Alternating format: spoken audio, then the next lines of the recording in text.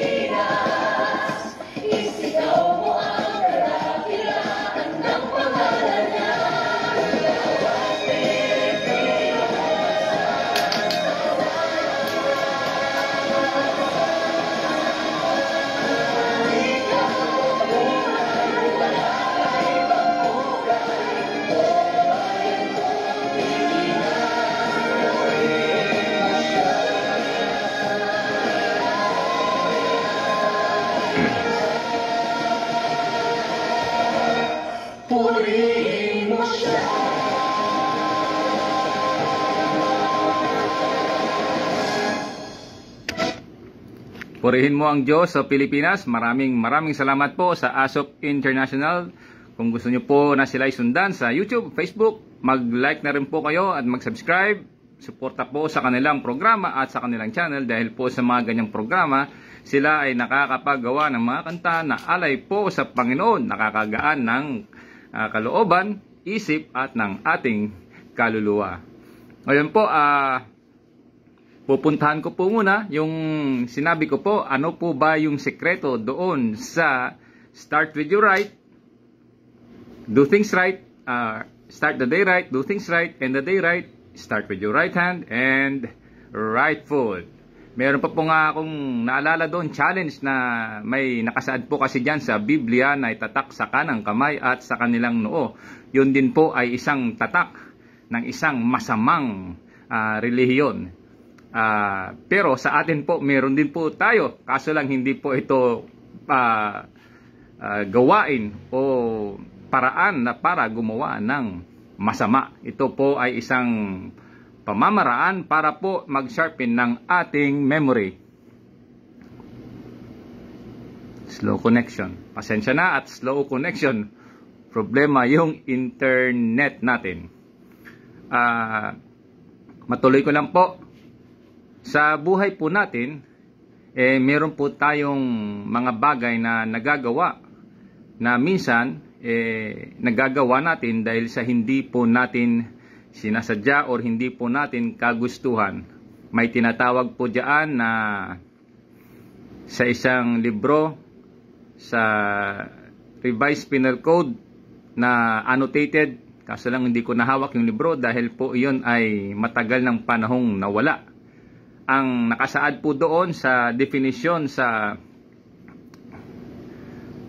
may banggitin hindi ko kasi hawak yung libro Meron po kasi doon definition sa paggawa ng masama. Sinasabi doon sa annotation sa isang libro, hindi ko maalala yung akda, kung sino yung may akda. Binanggit doon na sa paggawa ng kasalanan or ng kasamaan dahil po yun ay isang gusto ng isang tao. Gumawa siya ng krimen dahil po planado at gusto niya. Pero meron din pong isang definition doon or sa annotation na sinasabi na nakakagawa sila ng mali na hindi naman nila gusto. Nahihirapan po mag-define itong sa Revised Penal Code at saka yung may akda. Dahil ginawan po niya iyon ng annotation, ginawan niya ng definition.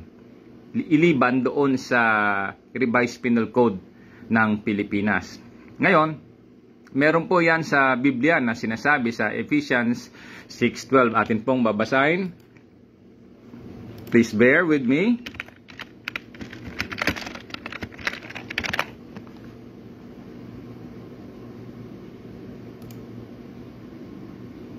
Ito.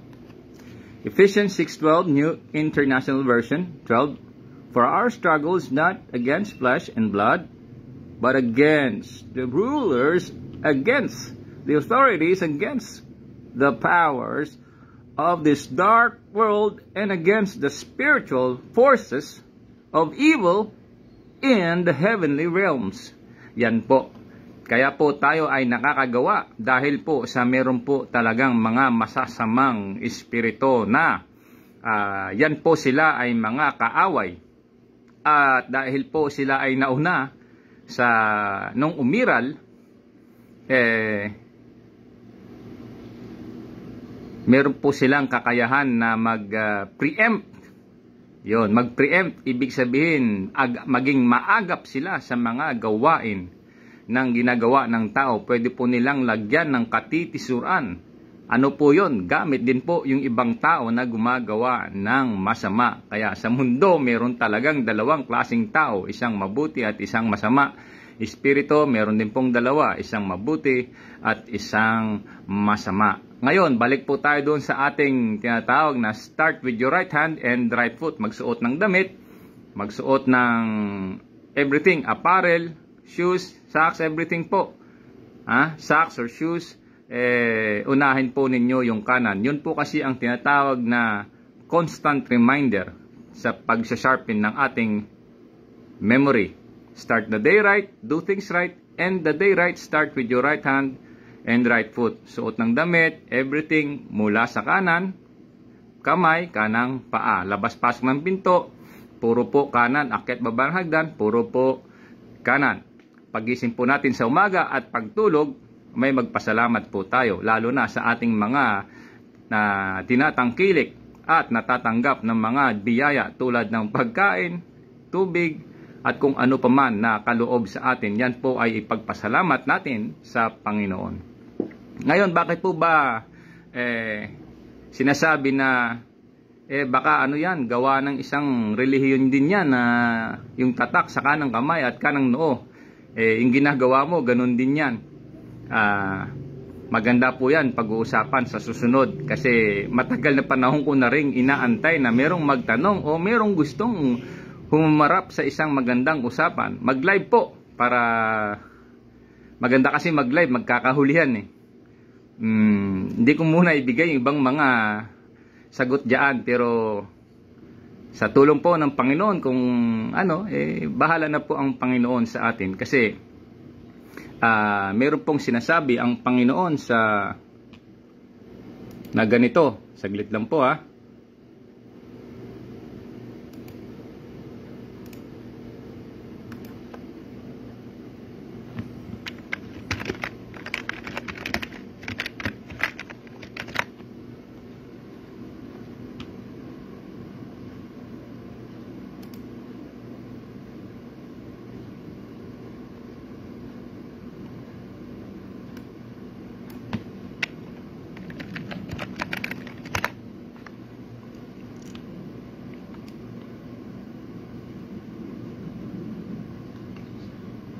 Ito, nasa Luke 14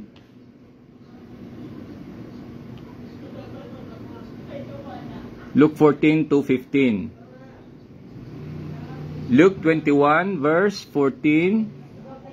Ayusin natin.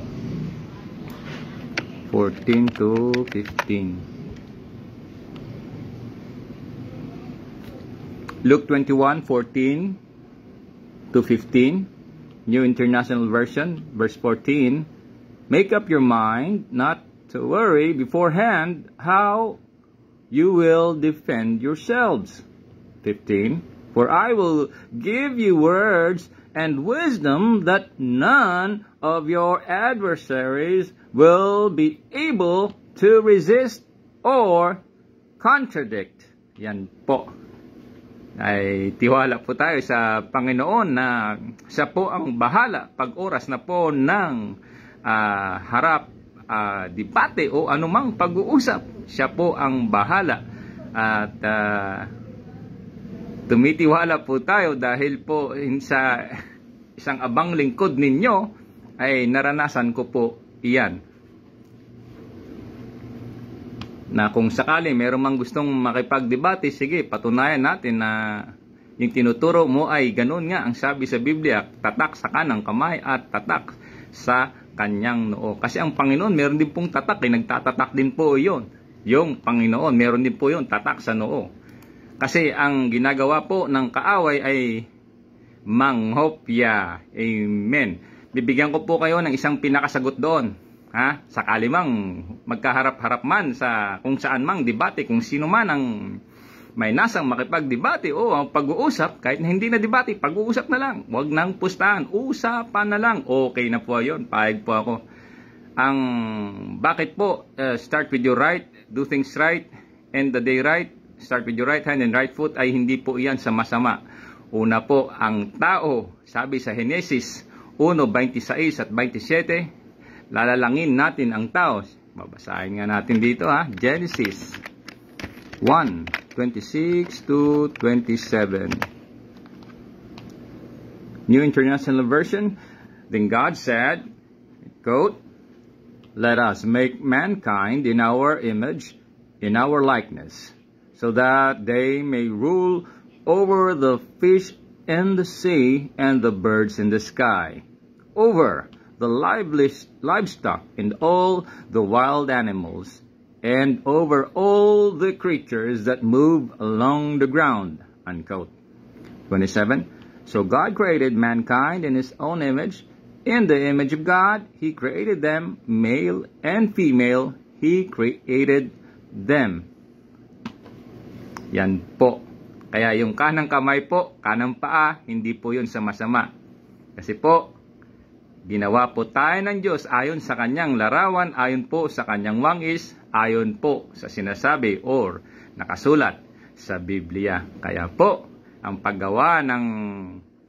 paggamit ng procedure na start with your right hand and right foot ay hindi po iyan sa masama. Yun po ang pinakasagot doon. Una, kung sakali mang may magdebate or makipag-usap, yan po. Ngayon, ang demonyo kasi, meron po kasi akong tanong dyan sa Biblia, yung marami pong tanong doon. Tulad doon, yung sikreto ng ahas at ng mga traidor doon sa halamanan. Sikreto po yon. Pero sakaling merong manghumarap, ay pwede po yung buksan. Kasi kaloob naman po yan ng Diyos. Anong sabi ng Panginoon? Nasa Kawikaan 1.23. So, tingnan natin. Atin pong tunghayan 1.23 ng Kawikaan. Ito. New International Version, verse 23. Repent at my rebuke, then I will pour out my thoughts into you. I will make known to you my teachings. Yan po. Kung tayo po ay nagpapasakop sa saway at katuruan ng Panginoon, ay bibigyan niya po tayo ng unawa. Gusto niyo po ba Tagalog? Tingnan natin Tagalog.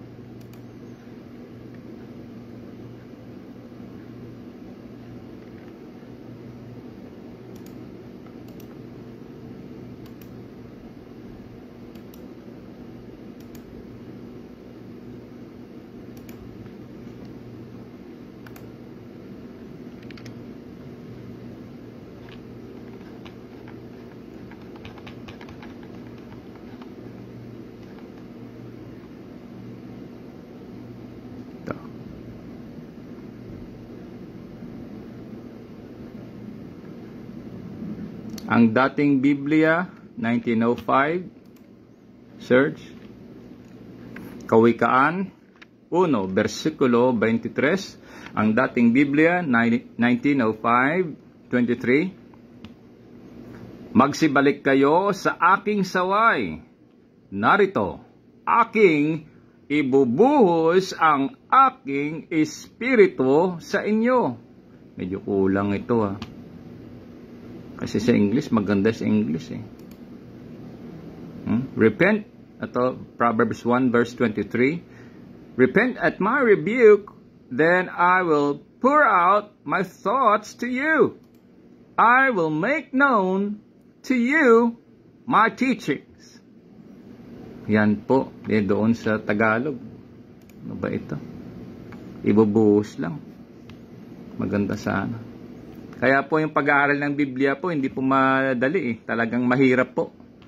Gaya na nga ng sinabi natin sa inyo, yung sa una nating mga napag-aralan na may tinatawag po doon etymology. Meron pa po 6W1H, mga references.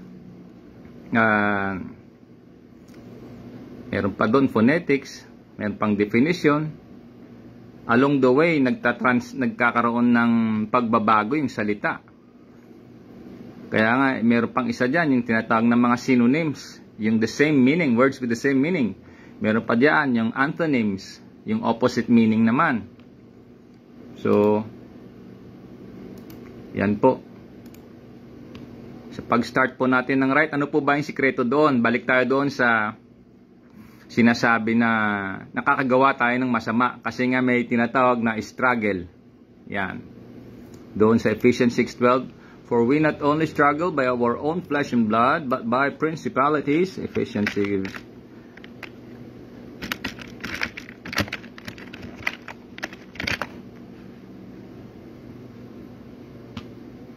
Bakit? Wala.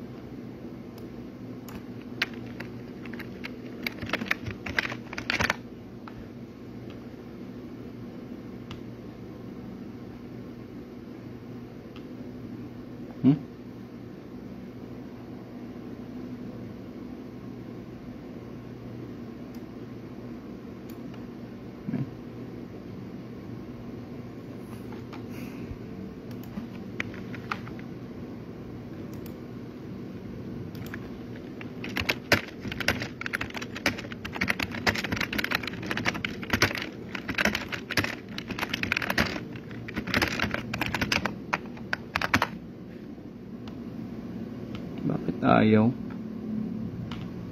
Ayaw, yun ang tama naman yung nilagay ko. Ta mo yan. Takay mo dito na lang, ayaw pa, oh. Sus. Ay, nako. Tama naman nilagay, kulang lang ng S. Ayaw ibigay.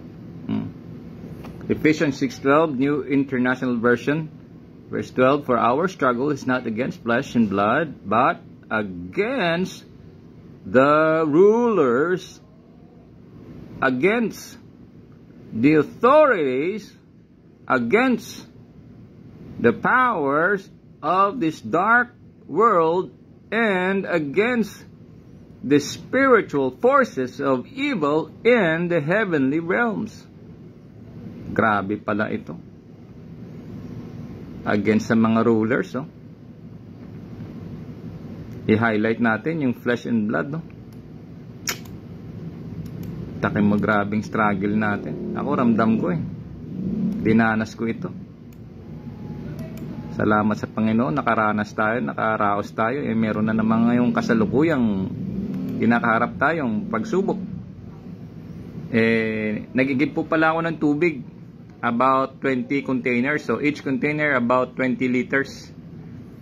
So, 20 liters per container. So, 20 containers po. Salamat sa Panginoon dahil meron tayong kapitbahay na nagpahiram sa akin ng tricycle dahil naawa siguro dahil sa layo. Mga 1.2 kilometers. Balikan yun.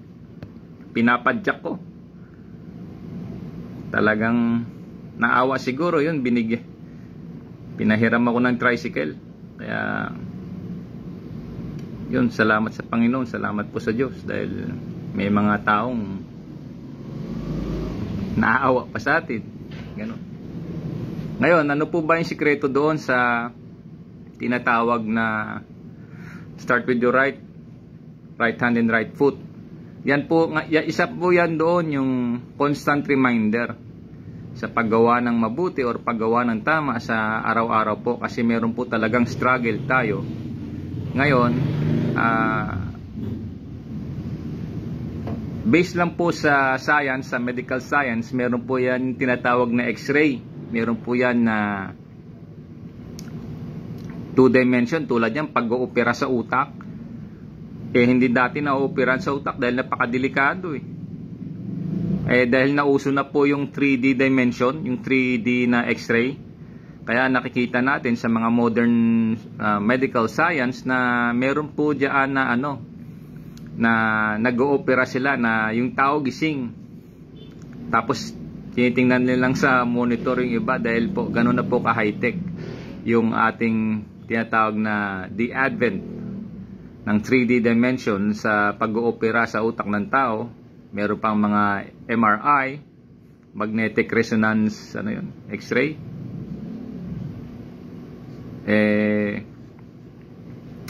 Tapos meron pa mga brain implant device. Siya nga pala, meron doon isang scientist sa Amerika.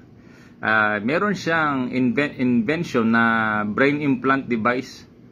Sinubukan niya po yun sa bull, yung toro na ginagamit sa Mexico, yung bullfighting. Yun po, gaano ka bigat nun? Siguro mga 500 pounds yun. Kung mga tumitimbang yun ng mga 200 kilos o 250 kilos, grabe ka bigat, grabe ka laki. Yung iba pong bull, malalaki 600 pa nga Tingnan nga natin dito.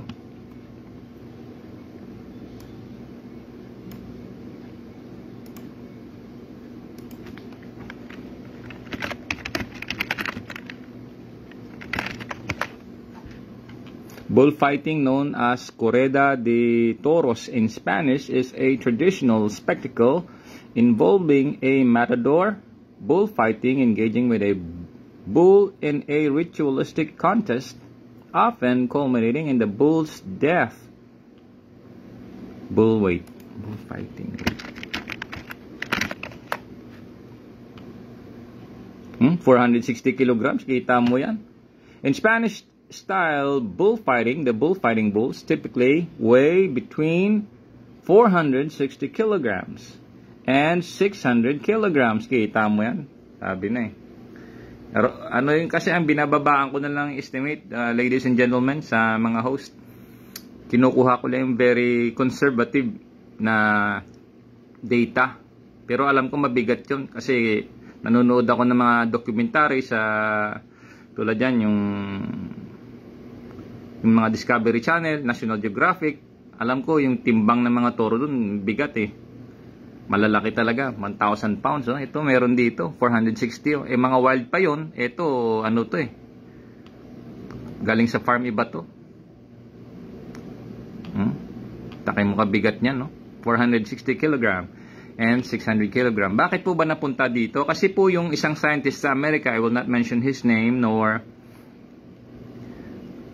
his nationality. Kasi siyempre may sarili siyang bansa, baka sabihin bansa nila masama o masama-samang tao sila or what.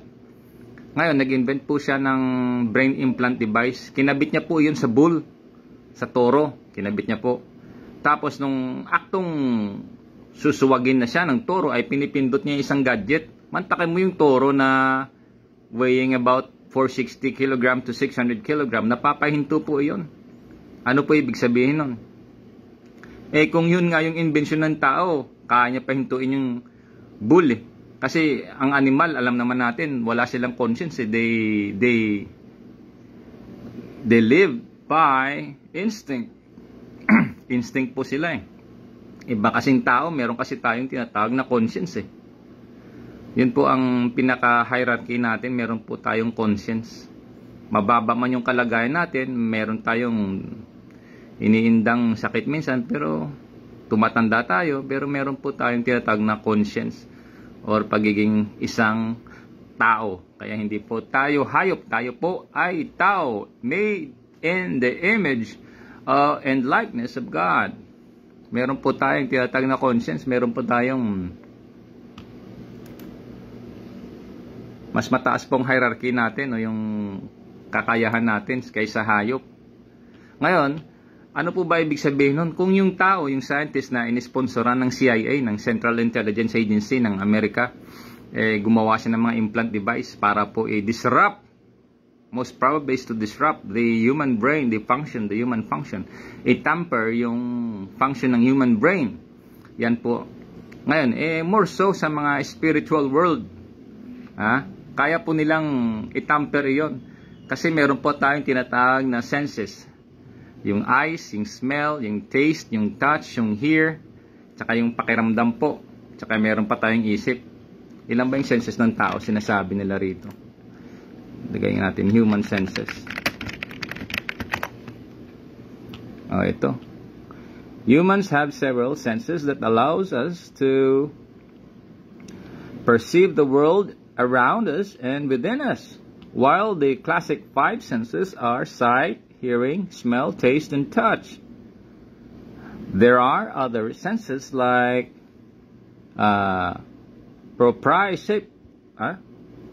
proprioception, or the body awareness, and the vestibular senses or balance that are also important. Yan. Sa isang pangyayari, meron pong aksidenteng mangyari, meron kang pakiramdam minsan na, ahead of time. Kaya minsan may pakiramdam kang hindi maganda, napapahinto ka, hindi ka tumutuloy kasi medyo masama pakiramdam mo. Yung pala minsan may mga accident o merong mga harang o minsan may tulong din po ang Panginoon. Minsan bibigyan niya ng ulan, ganun. Imbis paalis ka na, babagsakan ka ng ulan. Nangyari din po sa akin yan. Papasok na po ako ng trabaho, nakabihis na po ako. Paglabas ko ng pito, biglang bumuhos, napakalakas na umulan. Talaga namang ulan, kalakas-lakas. Hindi po ako natuloy. Tapos pumasok na naman ako. Pagpasok ko, bihis ako. Ay bay, huminto na naman. Bihis na naman ako. Maya-maya, paglabas ko, buhos na naman. Sabi ko, ano ba ito? Sabi ko, hindi na nga lang ako tutuloy kasi minsan natatawa ako. Sabi ko, ano ba yan? Paalis na ako eh. Tapos minsan, yung madaling araw, aalis ako, ganyan. Mantakay mo huminto na yung ulan. Aktong pagbihis ko ng ganyan, buhos na naman ulan. Ay sabi ko, wala talaga. Tanggal na naman ako ng damit. Palik na naman sa higaan. Talaga naman, siguro mga ilang beses yon. Ganun po yun. Tsaka minsan pag may pakiramdam kang hindi maganda, nagbibigay po yan ng signal kasi may tinatawag po tayo na isa doon yung premonition, yung pakiramdam. That's ahead ng flash. May tinatawag po kasi na mas ahead pa sa isang pangyayari yung pakiramdam. Kaya po tayo ay humihinto o minsan hindi na tumutuloy. Pero ang isang magandang bagay po diyan, magtiwala tayo sa Panginoon. Kasi ang sabi sa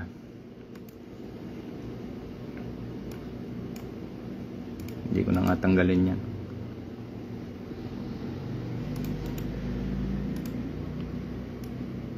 Ang sabi sa Proverbs 3, lean not in your own understanding. Sige nga.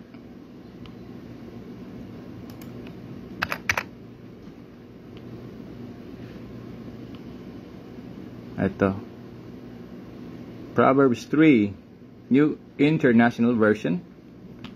Verse 1, my son, do not forget my teaching, but keep my commands in your heart. 2, for they will prolong your life many years and bring you peace and prosperity.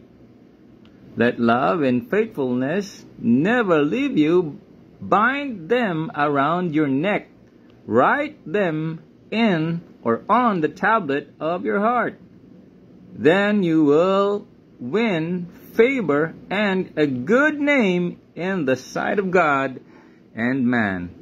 Verse 5, trust in the Lord with all your heart and lean not on your own understanding. 6, in all your ways submit to Him, and He will make your paths straight. Yan po.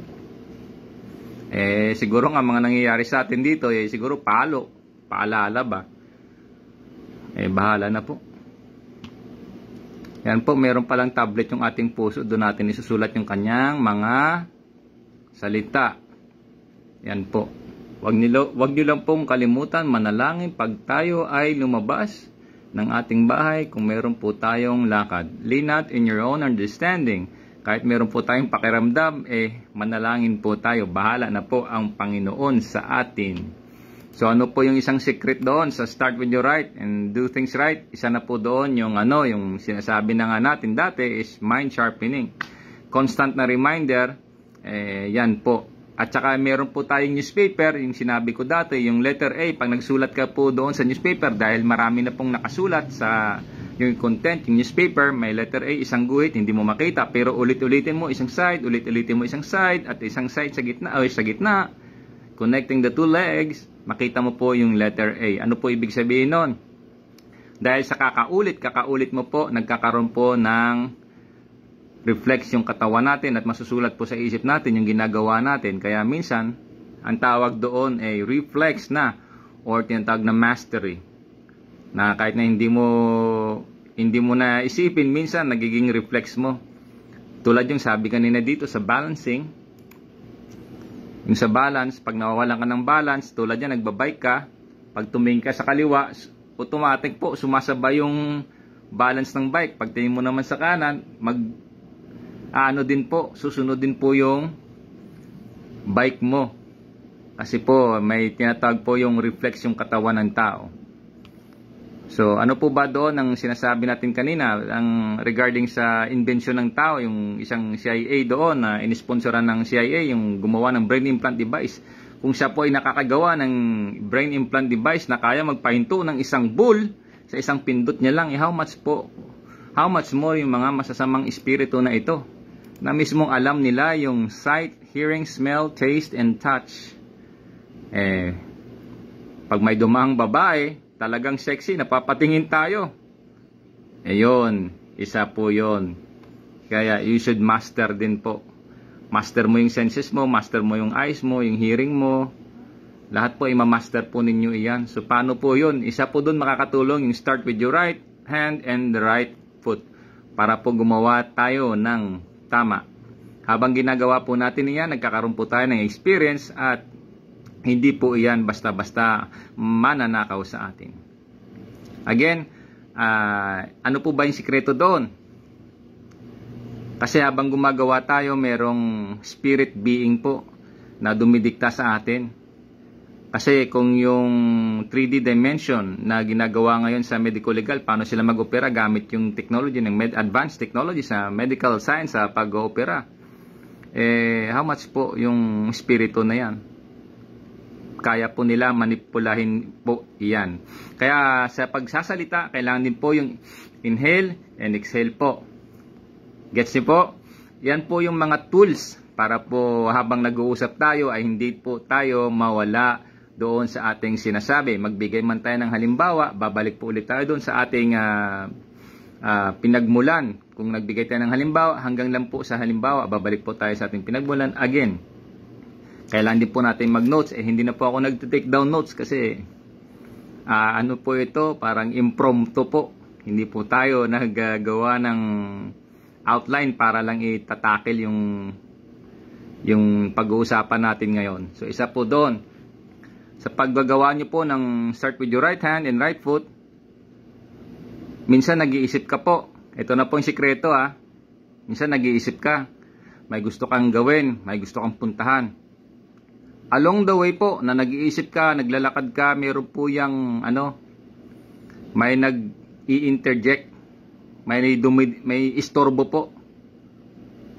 Ano po yan? Halimbawa, punta tayo rito, kain tayo sa isang restaurant o fast food.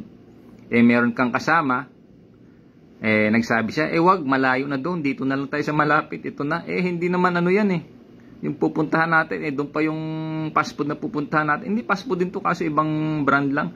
Dahil sa suggestion, napupunta ka po doon. Yan po. Ano po ibig sabihin? Kung kaya ng tao magbigay ng suggestion, nababago yung plano mo sa buhay dahil sa mga suggestion, yan po yung sa desisyon, meron pong tinatawag na 10%. 10% lang po iyon, pero grabe pong epekto niyan sa desisyon ng isang tao. Yan po. Imbis na pupunta kayo dun sa isang lugar na kung saan nakaplano na, dahil sa may nagsuggest, at dahil sa viable naman, practical naman, dyan na kayo natuloy. Ano ibig kong sabihin? Yan po, yung kaaway, meron po yan kasi kabisado nyo yung brain functions natin. So, tayong mga tao, hindi man lahat, siguro exception iba doon, talagang pag nakaplano, sinusulat nila, pero apektado pa rin po. Kasi kung babantayan nyo po iyan, may mga studies kasi yan, meron nga akong libro niyan Kaso lang wala yung libro ko rito, nasa probinsya, meron po dyan na suggestion. Yan po ang nagpapabago sa ating desisyon. Yan po. So balik tayo doon sa yung sikreto na malapit na. Habang nag-iisip tayo, plano natin pumunta doon, meron pong nagsasuggest sa ating isip. Naririnig po natin iyan. Hindi ng tainga, mismo sa brain natin, sa loob, na nagpapabago po sa ating desisyon. Kaya yung iba hindi na nagsasalita dahil siyempre may nasaksihan din po ako, isang tao talagang hindi nagsasalita, ginagawa niya na lang, tahimik lang po siya. Tsaka kahit magalit, hindi siya masalita. Napakatahimik na tao, hindi mo alam, unpredictable kumbaga. Subukan niyo po na meron kayong gustong gawin, wag niyong sabihin, isipin, itago mo na lang. Tsaka mo na lang gawin mo na lang. Yan po yan yung sinasabi na masamang espiritu po yan. Yan po. Kung tulad yan, nag-iisip kayo ng isang mabuting bagay, hindi nyo naman iniisip, bigla na lang papasok. Yun. Intindihan nyo na po. Yun po yung isang sekreto ng mga masasamang espiritu, lalo po yung diablo. Hindi naman po dapat kasi katakutan yan Nakasulat sa ito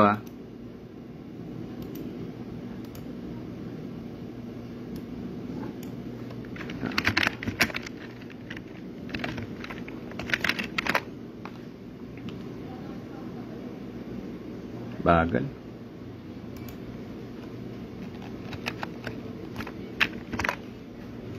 Lagi internet yung James 4:7 New International Version, 7. Submit yourselves than to God. Resist the devil and he will flee from you. Yan po. Kailangan po natin mag-resist ng devil eh. Kailangan po yan.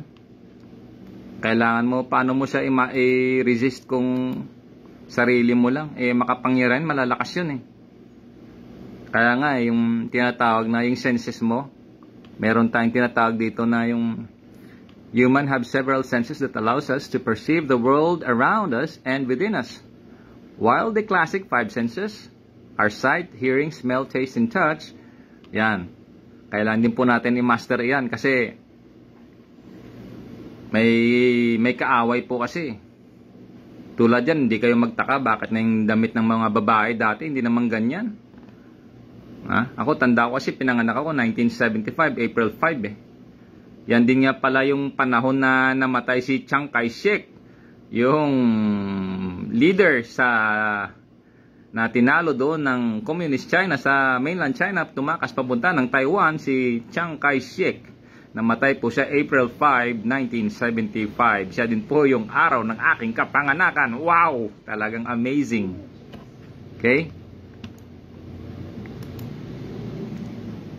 So, yun po ang isang sekreto dyan. Sa pag-start nyo po start with your right hand and right foot, constant reminder, marami po yan, yung nakaakibat po dyan. Hindi lang po yan, basta simpleng procedure lang. Pati po sekreto ng masamang espiritu po, makikita po yan ninyo. Okay po? Kailangan, i-master mo lang yung sight mo. Pag makakita ka ng babae, pwede mo namang tingnan. Ako, tumitingin din ako, inahanga din ako sa babae. Lalo maganda, mga sexy, ganun.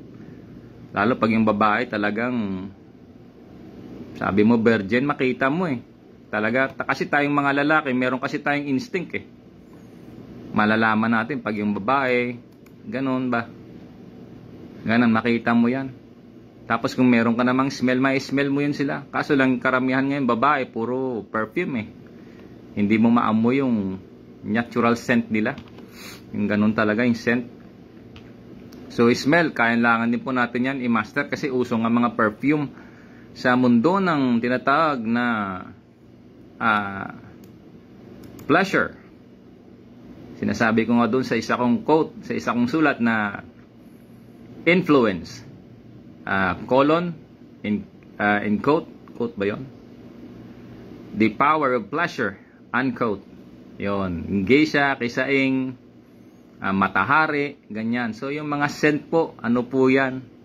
May pang tinatagan na nasusupplyan yung brain, na-arouse ka po. See? Yan po yung mga technique or mga sekreto ng mga sa mundo ng mga intelligence gatherer o mga spy o mga ano. Yan po, mga honey trap or what. Isa po yan, minamaster nila yung target nila. Yung papasukin nila, talagang grupo yan sila. Talagang mga matatalino yan. Sobra sa talino, grabe. Talagang. So kung mamaster mo po yan, maalala ko nga pala yung Games of the General. Yan. Meron po yung tatlo. Yung isa po dyan, arbiter. So, dalawa magkabilaan po. Paano maglaban? Doon sa board. Meron po yung arbiter. Siya pong tagating kung sino yung panalo. So, isa lang po yung nakakatalo doon sa spy. Yung mga hamak na mga corporal or private. Yan po ang nakakatalong bukod tangi sa spy. Pero kung spy to spy ang magpang-abot, paras po silang tanggal doon sa board. So, again, ano po yung logic doon? Ano po yung science doon? Bagaman tayo hamak lang, pero kung sabi nga ng Panginoon, bumalik tayo sa kanyang saway, yun po, bibigyan niya po tayo ng karunungan na hindi naman po natin inaasahan. Yun po ay magiging proteksyon natin sa buhay. Sabi nga doon, magpapahaba ng buhay. Nasa Ecclesiastes o nasa Proverbs 3. Ano ba yan? The prolonged life. Meron pa kasi dyan yung the fear of the Lord prolonged life. Doon naman sa Proverbs kanina.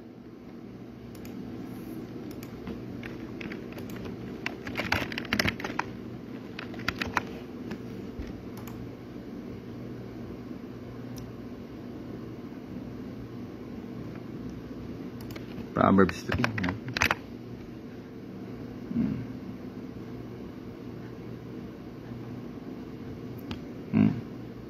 So, verse 1 and 2, my son, do not forget my teaching. Proverbs 3, New International Version. Verse 1, my son, do not forget my teaching, but keep my commands in your heart. 2, for they will prolong your life many years. Yun. Meron din po, pagkatakot sa Panginoon ay nagpapahaba rin po ng buhay. Yung pala ang mga sikreto sa buhay. Again, yan po, yung struggle natin, not only by our own flesh and blood, but by principalities, against flesh and blood, but against the rulers, against the authorities, against the powers of this dark world. Ala, masama. Madilim na mundo. Rulers. May mga rulers kasi yan sila eh. And against spiritual forces of evil in the heavenly realms. Takay mo, mga mundo ng dark world, oh. Tapos, evil forces, oh. See? Yun po ang sekreto doon sa Start With Your Right. Actually po, marami pong sekreto dyan. Gamitin nyo lang po. At sana tulungan tayo ng Panginoon na malampasan natin yung mga bagay-bagay, yung mga hamon ng buhay. Yun po. Medyo mahaba tayo Hindi ko pa natatouchdown doon yung premonition. Nako, ang haba ng premonition na yan. So again wrap up ko na lang yung sa start with your right hand and right foot.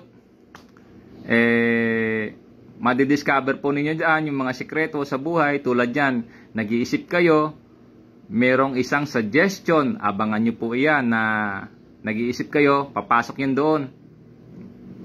Magsasuggest siya. Kasi ganito yan paano niya nalaman yon?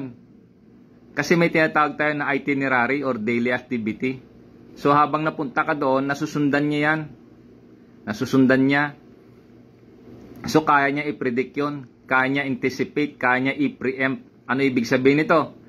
Meron sa Discovery Channel, yung sa mga mga sa mundo ng mga pag-aaral. Tulad yan, yung pating, yung shark, nilalagyan nila ng device. Yun, namamap nila yun. Namamap nila. Pati yung seal, pati yung dolphin, lahat po ng hayop, nilalagyan po nila yung gusto nilang pag-aralan. Nilalagyan po yan nila ng homing device. Yan, homing device, kahit po sa ibon. So nakikita nila yung path yung dinadaanan ng hayop, kahit sa tubig po. Nalulukit po nila yan na pag-aralan nila, pati yung pagkain, gano'n. So, ano ibig kong sabihin? Kung sa pag-aaral nga ng tao, kaya i-predict ng tao Kahit sa mga forensic, kahit sa mga nag-aaral ng mga hayop, yung mga kinakain, yan po kasi nakakapag-advance ng talino ng tao, nagkakaroon siya ng unawa doon sa environment, sa buhay ng isang hayop or na kanyang pinapag-aralan. So, how much more kung yung espiritu hindi nga naman napapagod. Pero, mahirap na lang, may sikreto din kasi. Kaso lang, ayaw ko na lang banggitin sa kanila kasi just in case kung merong mga dumating na mga pagkakataon na merong makipag-usap o makipag-debate, kung loloobin, doon na natin po ilalabas iyan, mga ganyang bagay. Kasi sabi ng Panginoon, nasa 21, ano ba yung kanina? Luke 21.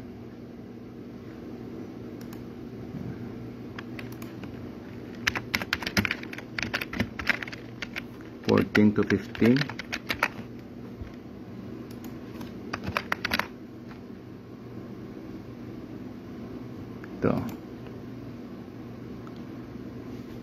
Luke 21 verse 14 to 15, New International Version, verse 14. But make up your mind not to worry beforehand how you will defend yourselves. For I will give you, verse 15, for I will give you words and wisdom that none of your adversaries will be able to resist or contradict. Yan po.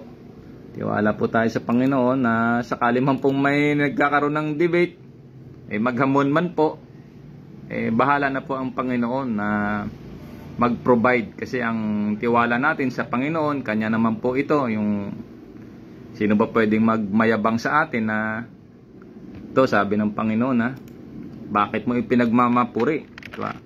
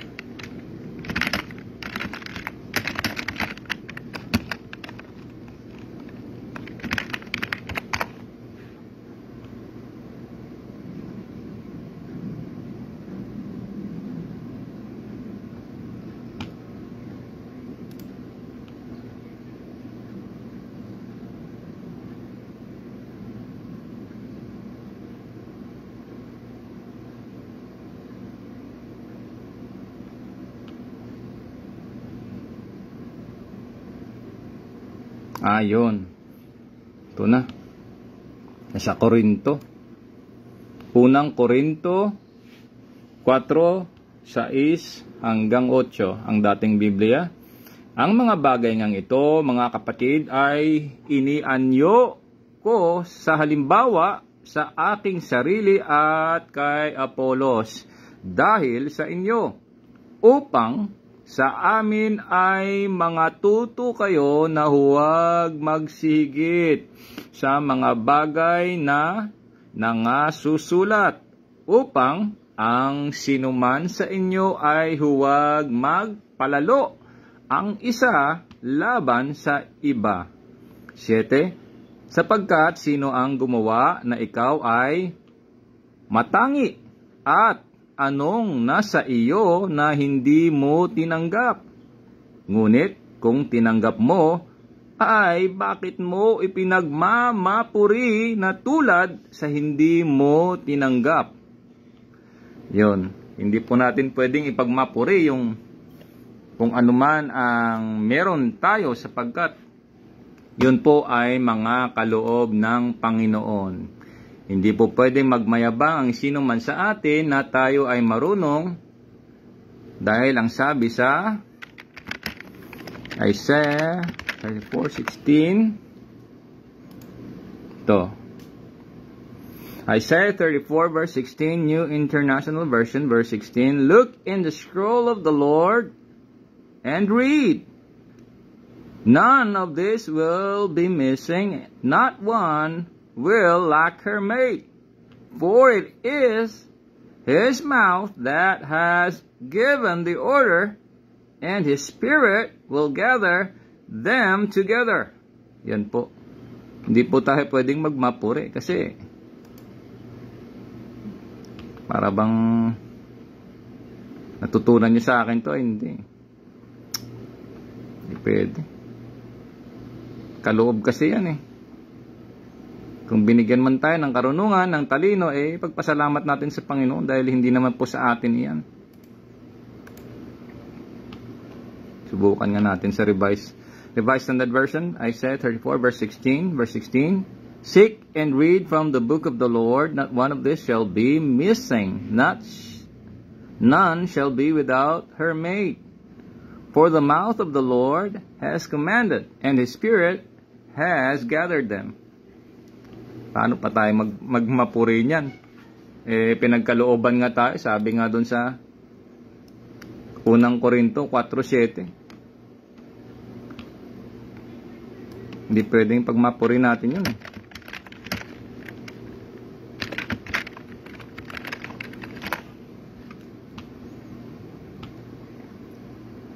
Ito sa English 1 Corinthians 4 verse 7-8, Revised Standard Version, verse 7, For who sees anything different in you?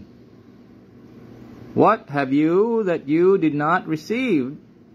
If then you received it, why do you boast as if it were not a gift? Verse 8. Already you are filled, already you have become rich. Without us, you have become kings, and without... Ito na nga. Hindi natin pwedeng pagmayabang. Kaloob kasi yan eh. Kaya pagpasalamat natin sa Panginoon kung meron man tayong natanggap. Anong sabi ng Panginoon na sa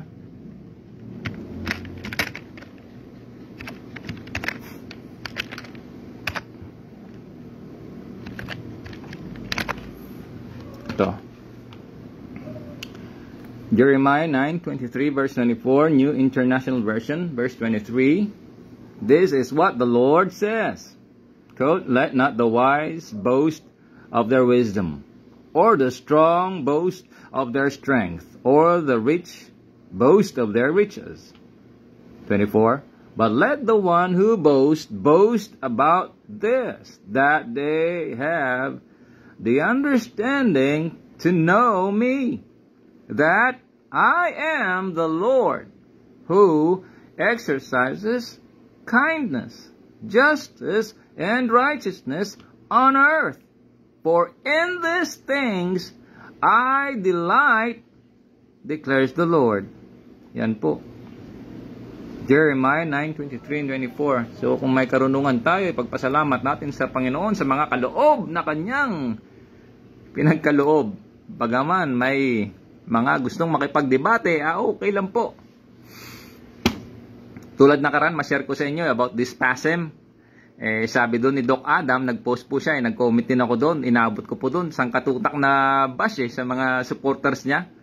Sinagot ko naman po, binitin-bitin ko muna, hindi po muna ako nagsagot kasi yung ibig sabihin ba hinanap sa English, kasi sabi ko sa English, wala namang pasma, which is correct. But then, meron pong sagot doon, spasm, yung pong katumbasing, kung hindi man siya yung pinaka-exact na meaning ng pasma or spasm sa English, meron po siyang related. Tulad yung nananakit bigla, yung cramps, yung panginginig, yun po yun, spasm. Kung matindi, di severe. Kung ano pa yung medical jargon, medical jargon, yun. Nung kinote ko na doon si isang paring pare, yung sumulat ng Tagalog-English na dictionary, si Father English, taga-Australia din po yun. O yun, si Doc Adam, taga-Australia. Meron din po akong nakilalang taga-Australia din, pare. Ano po yun? Philologist. Tagagawa po yun ng mga dictionary. Nag-aaral din po yun. Nag-aaral din po. Ano nga yun siya? Parang linguistics pa. Mantakay mo, mas mataas sa level ng philologist kasi linguistics, language na eh. Yung pinagmulan ng mga salita, higher form of knowledge yun sa pag-aaral ng mga salita. Hindi lang basta-basta etymology. So, kinote ko po doon na spasm. So, yung mga basher na talagang matinding mga hahamak sa atin, hindi na po umulit. Ayun, napahinto na sila. Inaantay ko na balikan nila yung comment ko, ay hindi na po nag-comment. Masyado silang magagaling, yan po ang sabi ng Panginoon. Pero hindi po tayo nagyayabang, ang akin lang po ay makapag-share lang tayo ng sagot. Kasi, the advocacy to educate ng mga Pilipino, kasi marami dong malakas mag-insulto ayun, hindi na sila sumagot. Nakalipas na isang linggo na, hindi na sumagot, hindi na nag-bash. Siguro na pahiya. Yun, salamat sa Panginoon dahil yun na nga. Ngayon, again, i-wrap up ko doon yung sa anong sikreto doon sa start with your right hand and right foot. Yun po yun. Habang ginagawa ninyo sa pag-iisip, sa paggawa, pagsusulat, pagpaplano, meron po kayong may encounter doon mismo sa ganyang bagay. May kaaway po talaga. Yun po yung masamang espiritu. Yun po yung manalangin lang po tayo. Kasi hindi naman po talaga may iwasan yan Meron talagang mga masasamang espiritu. So, habang nagsasalita ako rito, nire-review ko yung regarding naman doon sa premonition. Hindi ko alam kung gugustuhin niyo pa bang makinig. Baka magkahalo-halo Yun na po doon yung sikreto doon sa right hand and right foot. Marami po iyan. Ayaw ko na lang itake lahat kasi napakarami po. Kasi yung sa mga senses natin, pati yung salamin po. Diba, nagtitingin kayo sa mga mirror, may reflection. Ito pa po simple lang. Huwag po kayong kumurap. Tumingin kayo sa salamin. Huwag kayong kumurap. At huwag kayong matakot kung meron man kayong makita. Yan. Kasi meron na po akong nakita niyan. I was...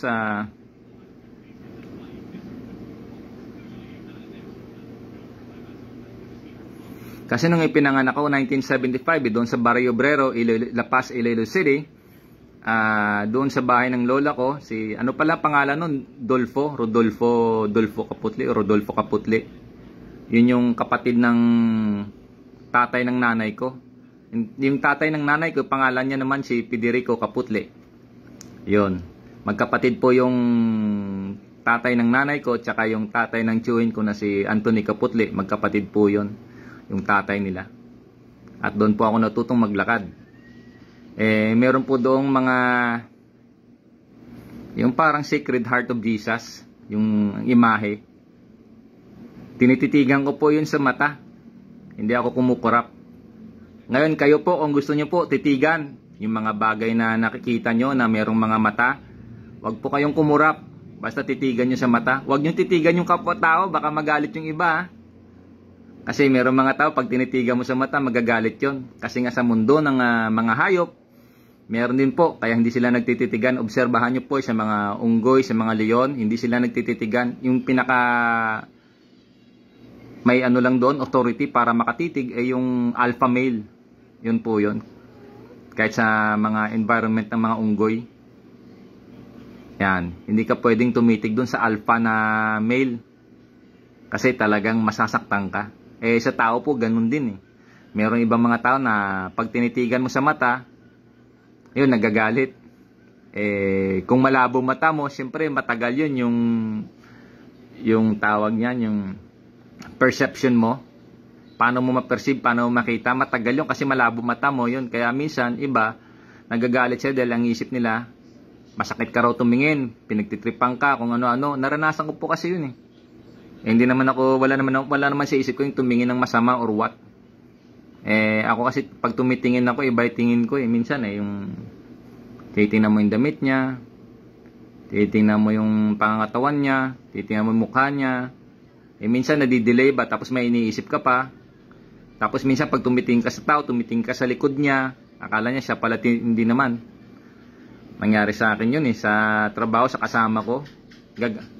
Gaganon-ganon yung babae doon. Nakala niya siguro siya tinititigan ko. Tinititigan ko mismo yung sa likod niya, yung monitor. Magandang babae, maganda, bata pa. Doon sa trabaho. Pero nakala siguro, tinitingnan ko siya. Smile naman sa ganyan. Nakatingin pala ako sa likod niya. Kumbaga, nakikita ko siya, natitingnan ko siya parang peripheral vision, pero tagos yung tingin ko doon. Yung focus ng mata ko doon sa monitor, hindi doon sa kanya. Bagaman yung babae talagang maganda at bata pa. Ako matanda na ako That time siguro I was about 47. 50 na ako ngayon So yun po, yung sikreto doon sa right hand and right foot, yun po yun. At yung sabi ko nga, pagtingin sa mata, iwasan yung tumingin sa mga tao kasi minsan, nung way back 2016, meron po akong nakita doon sa Manila naman. Nagpalit anyo. Abay, tinitigan ko ay tumingin sa mata. Pero yung sa likod na nakaupo sa kotse, talagang yung mata matindi. Parang kumukuti-kutitap hindi naman ako natakot. Nagkatitigan kami, hindi naman ako takot. Pero yung nakaupo sa front seat sa tabi ng driver, nagpalitan nyo. Mahaba yung tenga, talagang ganyan, mahaba. Yung akala mo si Legolas yung sa Lord of the Rings. Yun po. Nagulat ako, ang tagal ng tingin Tiningnan ko yung paligid. Tapos tumingin ulit ako sa kanya, andun pa rin. Parang si Legolas. Parang yung sa mga mundo ng mga fairy, mga wing kind, yung matulis yung tenga. Yung sa Lord of the Rings.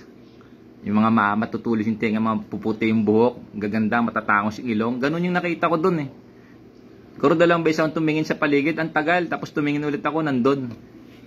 So, talagang sa mundo natin, meron talagang mga kababalaghan na hindi natin minsan maipaliwanag. Yun po. So, sa pag-start ninyo ng right foot, marami po kayong makita dyan, mga sekreto. Bahala na po kayo kung paano nyo po iyang gamitin. Sana gamitin ninyo sa mabuting bagay. At sana makatulong po yan sa atin, sa pamumuhay natin sa araw-araw na ating paglalakbay o pananatili dito sa sanlibutan. Salamat po sa Panginoon sa pagkakataon na nakapag-live muli, at sa mga patuloy na sumusubaybay sa ating channel o sa ating Facebook, salamat din po ng marami. Ang kapurihan po ay sa Diyos, sa Panginoon at sa Espiritu Santo po. Sa kanila po ang karangalan, wala po sa atin. Sabi nga sa Lucas 17:10, basahin nga natin.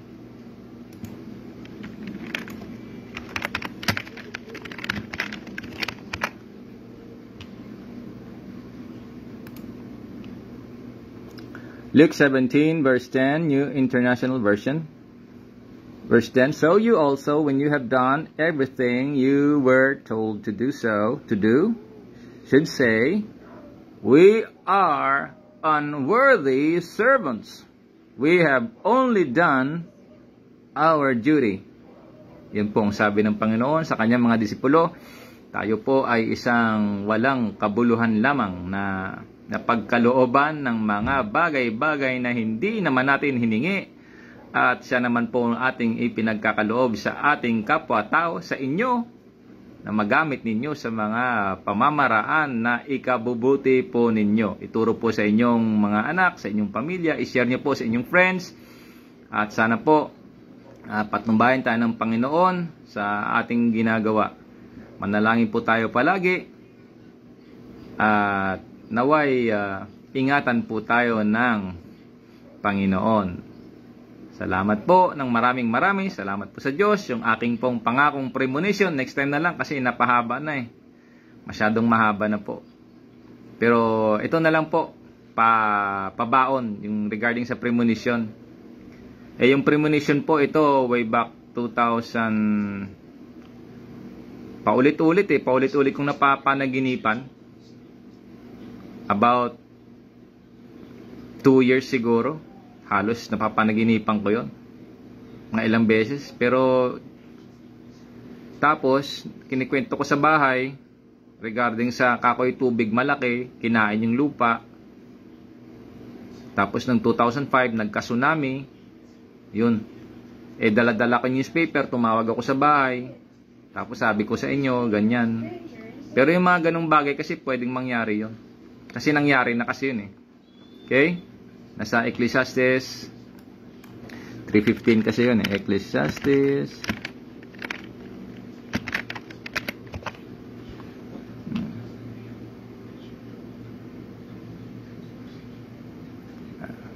hanapin natin yung version na maganda-ganda. Naghahang eh. Ayaw eh.